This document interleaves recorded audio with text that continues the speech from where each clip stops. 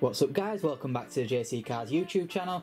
Now you join me today for a video which is a little bit different to what I usually upload on the channel.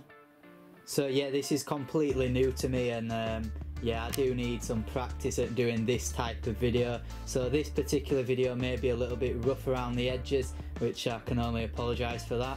But yeah, this video is going to be sort of like a farewell video to my first car. Which actually left me today at the time of actually recording this video. I did actually plan to do a review of my car, but I actually never got around to it. I practiced a couple of times and I was never really happy with how it went. I got to a certain stage and then got stuck.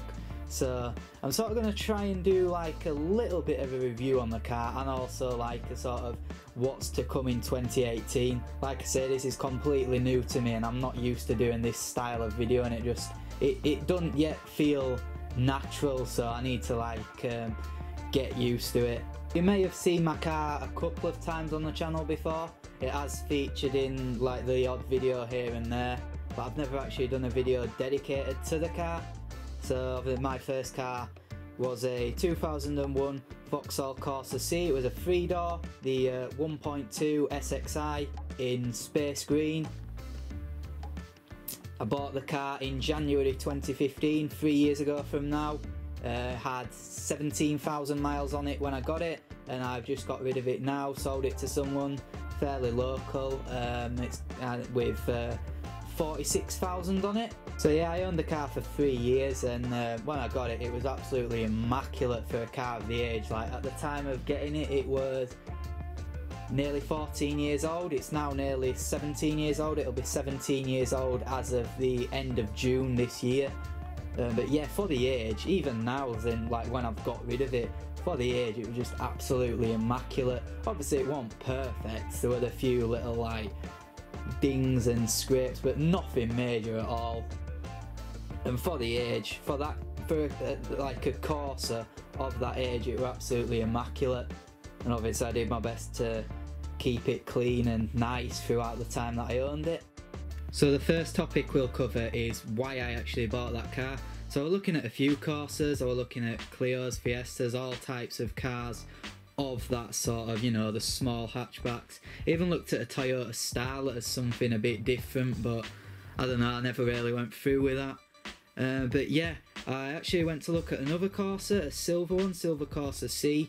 I think it was a week or two before actually buying my green Corsa C. Yeah, I went to have a look at that at a garage, but it looked pretty tatty. It had considerably more miles. I think it had about 70,000, which for Corsa C's is a lot in my opinion. And yeah, it just looked tatty and it had a flat tyre, so yeah, I never really went back to that.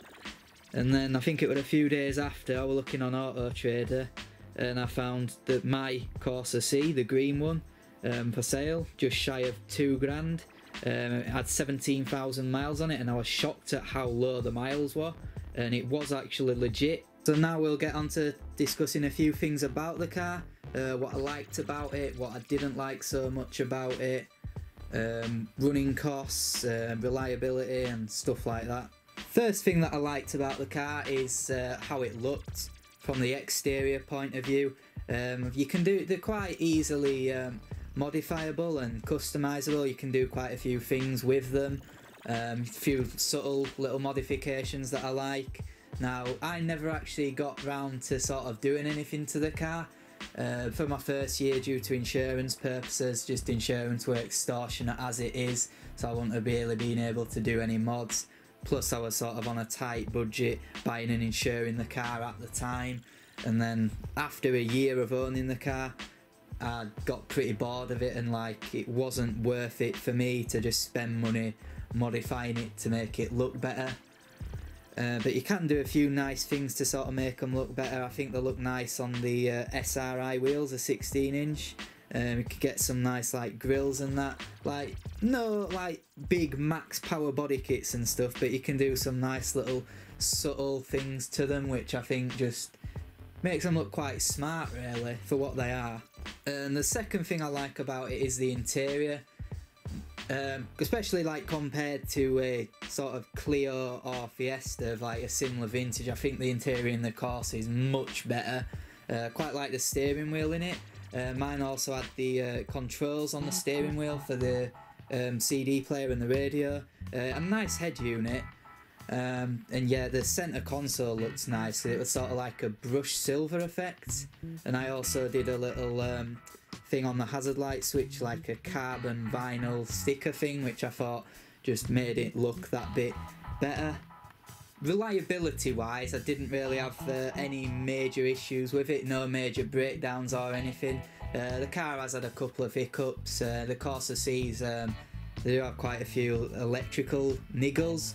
Actually, on my second day of having the car, it wouldn't start for ages. I ended up taking it to the garage. It were like a loose wiring somewhere under the dash, I think near the instrument cluster, the speedo and that. We got that fixed. The car also had a water leak inside, which is from the brake servo seal, so I got that sealed up properly and then got that fixed, which is an absolute pain to sort of do, especially taking the seats out and that to dry the carpets inside. But yeah, I got that fixed eventually. But really no major mechanical issues with the car. The engine were pretty sound, never really had any problems with it as such. And as for running costs, the 1.2 engine is quite economical. It does about, I've had about 40 to 45 mpg out of it. I've calculated it at about between 42 and 45 with mixed sort of driving styles. So yeah, it's not bad on fuel really. I know that these days you can get like 2 litre cars and that do similar sort of mpg, but I think, you know, 40 to 45 mpg is respectable in my opinion. And yeah, it didn't really cost me that much in terms of fuel. Tax is £190 for a year, which, you know, again, with newer cars you can sort of like insure stuff like 2 litre cars, petrol cars for like similar sort of price, but still I don't think 190 is too bad for the tax. Insurance wasn't too bad, I suppose. Well, obviously I'm like, as a young driver, like first time driver, the insurance will be expensive regardless of what you drive, but yeah, I mean, it wasn't too bad in the long run, I guess. And as for parts costs and breakdowns and that, I never really had any breakdowns. Servicing costs are reasonable. Parts costs are reasonable as well, like tyres and brakes and stuff like that, relatively inexpensive, so yeah, I can't really complain there. So now we're going to get on to how the car drove, which kind of links to things I didn't like so much about the car, but bear with me. So when I actually got the car, I was more than happy with how it drove. I was just happy to be in a car and getting some driving experience under my belt. I didn't really have much experience in terms of driving cars. I'd not driven many cars, so I was happy with how it drove. I felt it was quite nippy. I even quite liked the handling, and yeah, I just found it fun to drive. But it was my first car, my first driving experience, so naturally I would. But yeah, in terms of driving, it served me fine for like the first year or so, but then I did start to grow a bit like sort of bored of it. For my first 2 years driving as well, I was on a black box, which kind of ruined the experience a bit really. So you couldn't really do much, you were sort of limited to what you could do in the car. You had to be really careful and it was just a pain and sort of ruined the experience a bit. But like I say, for the first year or so, I'm happy to just have a car and be driving. But yeah, like 2-3 years into having the car, I started to just get bored of the power delivery, like the lack of power. You can just feel it's got a lack of power in some situations, a lack of torque. And yeah, it does struggle, and handling wise it's far from the sharpest handling car in the world. But yeah, for the first year or so I was quite happy with it, and then just became a bit bored of it, as you do. I felt that the engine did often feel quite strangled in terms of how it delivered the power. Also, in my time of having the car, I did quite a few long motorway runs in it, sort of like 50 to 70 miles, and it was not a nice car to do long motorway journeys on. So at like 70 mile an hour, it's only got 5 gears, revved to about 3,500–4,000 revs, which were a bit of a pain. And just not the nicest car, like not the nicest engine to sort of push at that sort of speed, like at 60–70 mile an hour. The engine just felt really strained and strangled, especially on a long run. And yeah, just not a relaxing car to drive long distance really. But then again, I guess the car's not intended for that as such. It's more of a little runabout for around town. Yeah, my overall conclusion of the car: good first car. It served me well. Relatively inexpensive. I did get bored of it quite easily and felt like it was outgrown. Although now it's gone, I will actually miss the car in a weird sort of way. I guess you always miss your first car and you always have some special sort of attachment to it. But yeah, I will miss it.